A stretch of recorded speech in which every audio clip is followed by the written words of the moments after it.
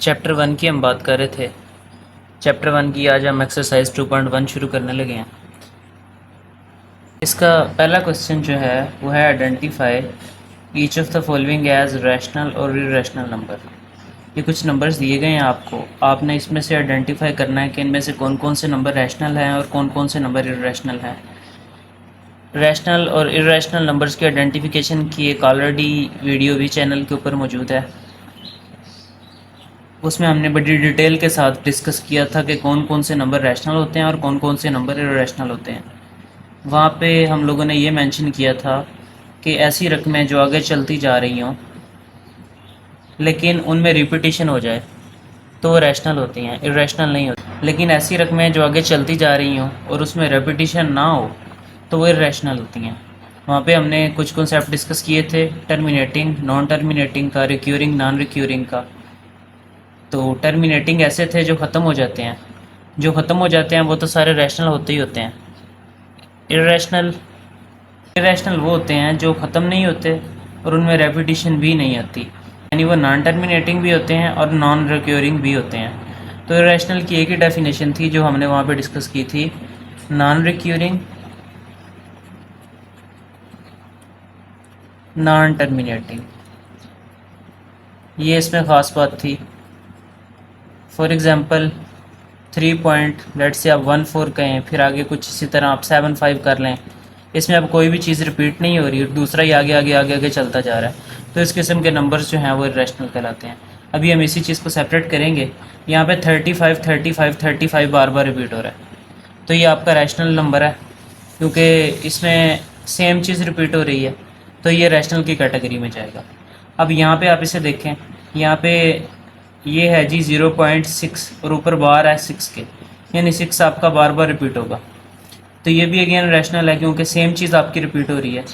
अगर आप इसको देखें तो यहाँ पे 2-3 है, 6-0 है, 6-7 है, कोई भी रकम सेम नहीं है। 2-3 दोबारा रिपीट नहीं हुआ, आगे 2-3 दोबारा नहीं आया, 2-3-6 भी दोबारा नहीं आया, 2-3-6-0 भी दोबारा नहीं आया, यानी इसमें रिपीटेशन नहीं हुई, तो ये आपका होगा इरेशनल।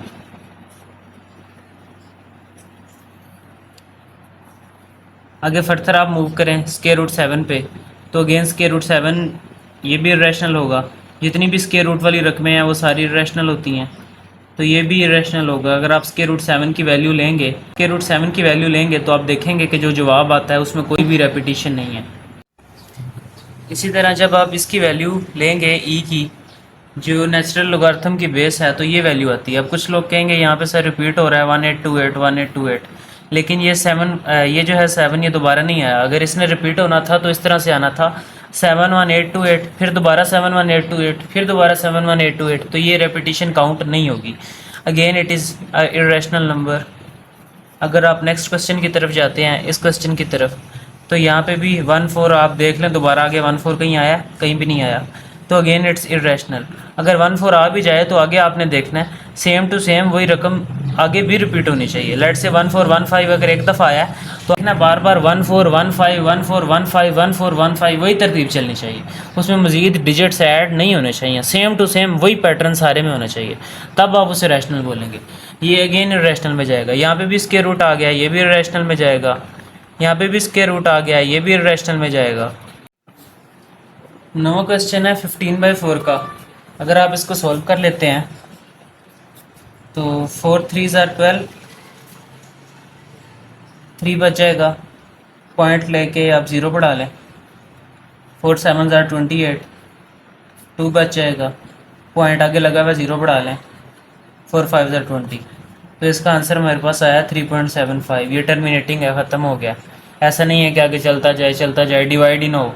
नॉन टर्मिनेटिंग ऐसे होते हैं, जैसे ये है, इसको आप डिवाइड करें तो बार बार ये 3 आता जाएगा और ये कभी भी डिवाइड नहीं होगा, तो ऐसों को कहते हैं नॉन टर्मिनेटिंग। ये वाला जो है ना, ये टर्मिनेटिंग है, ये ख़त्म हो गया। तो ये टर्मिनेटिंग और नॉन टर्मिनेटिंग में फ़र्क होता है। रैशनल नंबर जितने भी हैं सारे टर्मिनेटिंग होते हैं, तो ये भी आपका रैशनल की कैटेगरी में जाएगा। अभी तो चूँकि इसमें भी स्क्वायर रूट आ गया, ये भी आपका इरेशनल काउंट होगा।